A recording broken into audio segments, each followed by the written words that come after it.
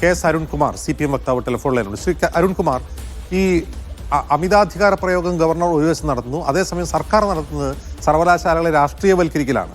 ഇത് രണ്ടുപേരുടെ താല്പര്യങ്ങളുടെ സംഘടനമാണ് നടക്കുന്നത് എന്നാണ് ഈ സേവ് യൂണിവേഴ്സിറ്റി ഫോറം പോലുള്ളവരുടെ പ്രതികരണം. ഇല്ല, ഇവിടെ കേരളത്തിന്റെ സർവകലാശാലകളിൽ അമിതാധികാര പ്രവണത കുറച്ചു കാലങ്ങളായി നടത്തുന്നത് ആരാണ് എന്ന് പകൽ പോലെ വ്യക്തമാണ്. ഒരു കാര്യം ഞാൻ ചോദിച്ചോട്ടെ, ഞാൻ ഇപ്പൊ എതിർഭാഗത്ത് പറയുന്ന വ്യക്തി പറയുന്നത് ഞാൻ കേട്ടില്ല. പക്ഷെ ഏതെങ്കിലും ഒരു തീരുമാനം ചാൻസലർ എടുത്തിട്ട് അത് ഹൈക്കോടതിയും സുപ്രീം കോടതിയും ശരിവെക്കുന്ന ഒരു സാഹചര്യം ഒരൊറ്റ കേസ് ഒഴികെ ഏതെങ്കിലും ഒരു കേസിൽ നമുക്ക് കാണാൻ കഴിഞ്ഞു? ഇപ്പോ ചാൻസലറുടെ തീരുമാനം വരുമ്പോൾ വലിയ തരത്തിൽ മാധ്യമങ്ങൾ കൈയടിച്ചു. സേവ് യൂണിവേഴ്സിറ്റി ഫോറം അടക്കം വലതുപക്ഷ മൊത്തത്തിൽ വലിയ തരത്തിൽ രാജകീയ തീരുമാനം എന്ന രൂപത്തിൽ നന്നായി പർവ്വതീകരിച്ച് പ്രചരിപ്പിക്കുകയും ചെയ്തു.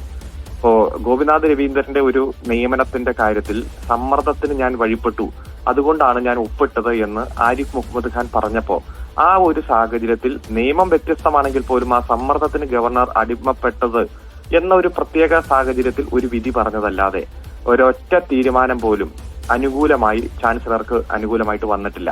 സിംഗിൾ ബെഞ്ചിൽ ചിലപ്പോൾ ജയിച്ചിട്ടുണ്ടാവും, പക്ഷെ ഡിവിഷൻ ബെഞ്ച് അതെല്ലാം തിരുത്തിയിട്ടുണ്ട്, സുപ്രീം കോടതി തിരുത്തിയിട്ടുണ്ട്. ഇപ്പോൾ തന്നെ ഒരു കൺസെൻസസ് എന്ന രൂപത്തിൽ ഈ തർക്കം ശാശ്വതമായി പരിഹരിക്കാനാണ് ഒരു റിട്ടയർഡ് സുപ്രീം കോടതി ജസ്റ്റിസിനെ തന്നെ ചുമതലപ്പെടുത്തി ആ പ്രശ്നത്തിനൊരു പരിഹാരം കാണാൻ ശ്രമിച്ചത്. പക്ഷെ ഇപ്പോൾ ക്ലാരിഫിക്കേഷൻ പെറ്റീഷൻ അല്ലെങ്കിൽ റിവ്യൂ പെറ്റീഷൻ എന്ന രൂപത്തിൽ രണ്ട് പെറ്റീഷനായി ഇതേ ചാൻസലർ തന്നെ സുപ്രീം കോടതിയെ സമീപിച്ചിരിക്കുകയാണ്.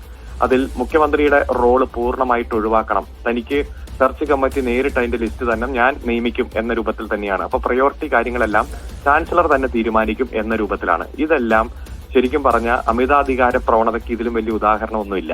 ഇതൊന്നും അംഗീകരിച്ചു കൊടുക്കുന്ന കാര്യങ്ങളല്ല. കാരണം ഇത്തരത്തിൽ ചാൻസലർ നടത്തിയ പലതരത്തിൽ ഇപ്പോ നമുക്കറിയാം, ഭാരതാംബയുടെ ചിത്രം വെച്ച് പൂജിക്കണം എന്നത് തുടങ്ങി അദ്ദേഹം വന്നതിന് ശേഷം വിവാദമാക്കിയ നിരവധി സാഹചര്യങ്ങളുണ്ട്.